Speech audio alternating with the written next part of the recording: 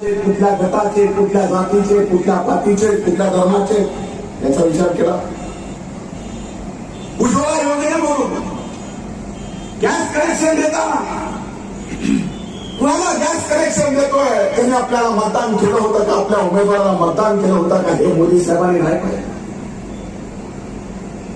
शेतकऱ्याच्या खात्यात आजपर्यंत केंद्र सरकारने 18 हप्ते दिले.